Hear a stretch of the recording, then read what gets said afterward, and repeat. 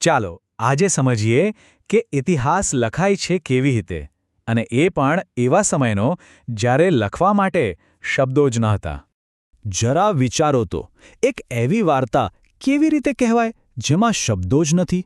મતલબ હજારો વર્ષો પહેલાં જે માણસ જીવી ગયો, જેણે પાછળ કોઈ ડાયરી નથી છોડી, કોઈ ગ્રંથ નથી લખ્યો, તો એના જીવન વિશે, એની શોધો, એના સંઘર્ષ, એ બધું આપણે જાણીશું કેવી રીતે? હવે આ દૃશ્ય જુઓ. આ છે ગુજરાતના લાંગણજમાં થયેલા ખોદકામનું. અહીં જુઓ, એક માનવ હાડપિંજર અને એની બરાબર બાજુમાં જ એક ગેંડા જેવા પ્રાણીના અવશેષો. જાણે કોઈ હજારો વર્ષ જૂનો કોલ્ડ કેસ કે ક્રાઇમ સીન ના હોય. આ બંને અહીંયા એક સાથે શું કરે છે? એમની સાથે શું થયું હશે? બસ આ જ એ મૂંગા સવાલો છે જેનો જવાબ શોધવાનું કામ છે પુરાતત્વવિદોનું. તો ચાલો હવે આપણે પણ આ તપાસ શરૂ કરીએ. એક એવા કોયડાને ઉકેલવાની કોશિશ કરીએ જે લખવાની કળા શોધાય એનાથી પણ ઘણો જૂનો છે. એક એવી વાર્તા જે કાગળ પર નથી, પણ પથ્થરો અને હાડકામાં કોતરાયેલી છે. તો આ બે યુગ વચ્ચે મૂળભૂત તફાવત શું છે? જુઓ, ઐતિહાસિક કાળ એટલે લખાયેલો ઇતિહાસ. આપણી પાસે ગ્રંથો છે, દસ્તાવેજો છે, બધું જ છે. પણ પ્રાગૈતિહાસિક કાળ એટલે શબ્દો વગરનો ઇતિહાસ. અહીં કોઈ લખાણ નથી, ફક્ત કડીઓ છે, જેમ કે કલાકૃતિઓ, હાડકાં, ઓજારો.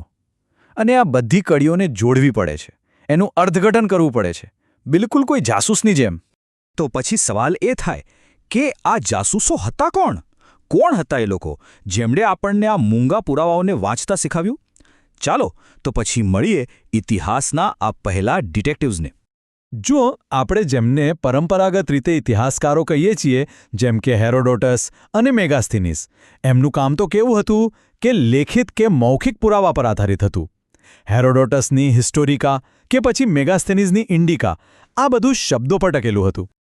પણ મોટો સવાલ એ છે કે જ્યારે લખાણ જ નહોતું ત્યારે ઇતિહાસ કોણે શોધ્યો? ત્યારે જરૂર હતી એવા લોકોની જે જમીન ખોદીને સત્ય બહાર લાવી શકે.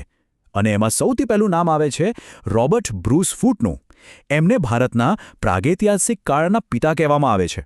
પછી ખાસ ગુજરાતની વાત કરીએ તો હસમુખ ધીરજલાલ સાંકળિયા, જેમને ગુજરાતમાં પુરાતત્વના પિતા કહેવાય છે. અને હા, પ્રાણલાલ દોસા, જેમના કારણે આપણને ગુજરાતનો એક વ્યવસ્થિત ઇતિહાસ મળ્યો. આ એ લોકો હતા જેમણે આપણને શીખવ્યું કે ઇતિહાસ ખાલી પુસ્તકોમાં નથી હોતો, એ જમીનમાં પણ દટાયેલો હોય છે. ચાલો હવે આપણી આ ડિટેક્ટિવ સ્ટોરીના સૌથી રોમાંચક ભાગ તરફ આગળ વધીએ. પુરાવા એકઠા કરવા. અને એક વાત યાદ રાખવા જેવી છે, આ પુરાવા કોઈ કાગળ પર નથી મળવાના, એ તો પથ્થરોમાં અને જમીનની નીચે દટાયેલા છે. આ નકશા પર નજર કરો. આદિ માનવની સફર કહેવાય છે કે એ દક્ષિણ આફ્રિકાથી શરૂ થઈ. અને ભારતમાં એમની હાજરીનો સૌથી પહેલો પુરાવો કોણે મળ્યો? આપણા પહેલા ડિટેક્ટિવ રોબર્ટ બ્રુસ ફૂટને. ક્યારે? 1863માં મદ્રાસ પાસે પલ્લવરમમાંથી.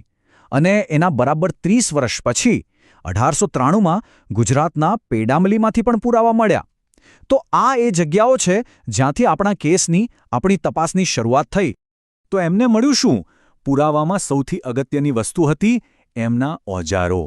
અને એમનું મુખ્ય હથિયાર કયું હતું? ક્વાર્ટઝાઇટ પથ્થર. હવે જુઓ, આ પથ્થરને એ લોકો એવી રીતે તોડતા, એટલી કુશળતાથી કે એના બે ભાગ થતા. એક બુઠ્ઠો પણ મજબૂત ભાગ જેને ગાભો કહે છે, અને બીજો એકદમ ધારદાર તીક્ષ્ણ ભાગ જેને પતરી કહે છે. આ કોઈ સામાન્ય પથ્થર નથી, આ તો એમની એન્જિનિયરિંગ સ્કિલનો પહેલો અને સૌથી મોટો પુરાવો છે. હવે જેમ જેમ અલગ અલગ જગ્યાએથી પુરાવા મળતા ગયા, એમ એમ આખી વાર્તા જોડાતી ગઈ. જેમ કે પાકિસ્તાનમાં જે મેહેરગઢ છે, ત્યાંથી આપણને એ સમયના સૌથી પહેલા ગામડાના પુરાવા મળ્યા. મધ્યપ્રદેશની ભીમબેટકા ગુફાઓ, એ તો જાણે કે એક પ્રાગૈતિહાસિક આર્ટ ગેલેરી જ છે. 500થી પણ વધુ ગુફાચિત્રો છે ત્યાં. અને આંધ્રપ્રદેશની કુર્નુલ ગુફાઓમાંથી જે રાખ મળી, એ પાક્કી સાબિતી છે કે આદિમાનવે આગ ઉપર કાબૂ મેળવી લીધો હતો. તો પુરાવા તો મળી ગયા, પણ એક સૌથી મોટો સવાલ હજી પણ એમ જ ઊભો હતો કે આ બધું છે કેટલું જૂનું? અને આ સવાલનો જવાબ પુરાતત્વમાં નહીં, પણ વિજ્ઞાનમાં છુપાયેલો હતો.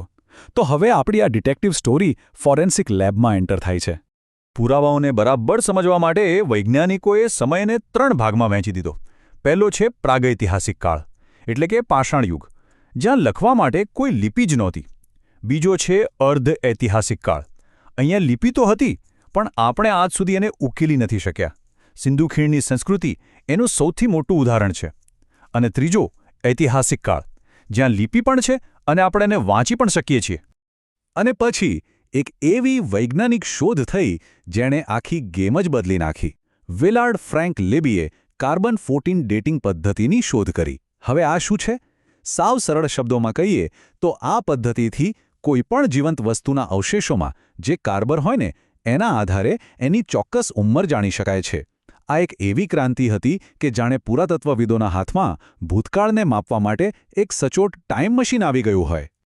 તો હવે આપણી પાસે પુરાવા પણ છે, એને શોધનારા ડિટેક્ટિવ્સ પણ છે અને સમય માપવાની ટેકનોલોજી પણ છે. તો ચાલો આ બધા ટુકડાઓ ભેગા કરીને આદિમાનવના જીવનની એ વાર્તાને પૂરી કરીએ જેની શરૂઆત પથ્થરોથી થઈ હતી. આ બધા પુરાવાઓ એકદમ સ્પષ્ટ રીતે બતાવે છે કે માનવ વિકાસ 3 મોટા સ્ટેપ્સમાં થયો. પહેલું સ્ટેપ, પુરાતન પાષાણ યુગ. આ એ સમય હતો જ્યારે માણસ ભટકતો શિકારી હતો અને આગ એની સૌથી મોટી શોધ હતી. બીજું સ્ટેપ, મધ્ય પાષાણ યુગ.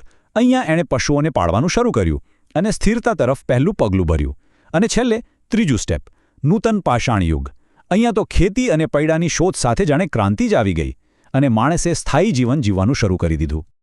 આ આખી સફરને એક સમયરેખા પર જોઈએ તો શરૂઆત થઈ શિકાર અને આગથી. પછી આવ્યું પશુપાલન, જ્યાં કૂતરો માણસનો પહેલો મિત્ર બન્યો. અને છેલ્લે ખેતી અને પૈડાની શોધ થઈ, જેણે આજની આધુનિક સભ્યતાનો પાયો નાખ્યો. આ દરેક યુગ ખાલી એક સમયગાળો નથી, પણ માનવતાએ ભરેલી એક બહુ મોટી છલાંગ છે. આ બધું આપણને શું સમજાવે છે? એ જ કે ઇતિહાસ એટલે ખાલી રાજા મહારાજાઓના યુદ્ધો અને એમના મહેલોની વાર્તાઓ જ નથી. સાચો ઇતિહાસ તો પુરાતત્વ દ્વારા ઉકેલાયેલી માનવ ઉત્ક્રાંતિની એક રોમાંચક અને વૈજ્ઞાનિક યાત્રા છે. ટૂંકમાં આખો ઇતિહાસ આ 3 પાયા પર બનેલો છે. પહેલો, કોણ? એટલે કે આપણા પુરાતત્વવિદો, આપણા ડિટેક્ટિવ્સ. બીજો, શું? એટલે કે લાંઘણજથી લઈને મહેરગઢ સુધી મળેલા હજારો લાખો પુરાવા. અને ત્રીજો, કેવી રીતે? એટલે કે કાર્બન-14 ડેટિંગ જેવી આધુનિક વૈજ્ઞાનિક પદ્ધતિઓ. જ્યારે આ 3 વસ્તુઓ ભેગી થાય ત્યારે જ ભૂતકાળની સાચી વાર્તા સામે આવે છે. પણ આ શોધ અહીં અટકતી નથી. આ તો આપણને એ વિચારવા પર મજબૂર કરે છે કે આજે પણ આપણી આ જ ધરતીમાં આપણા પગ નીચે એવી કેટલીય મૂંગી વાર્તાઓ દટાયેલી હશે જે બસ પોતાના નવા ડિટેક્ટિવની રાહ જોઈ રહી છે.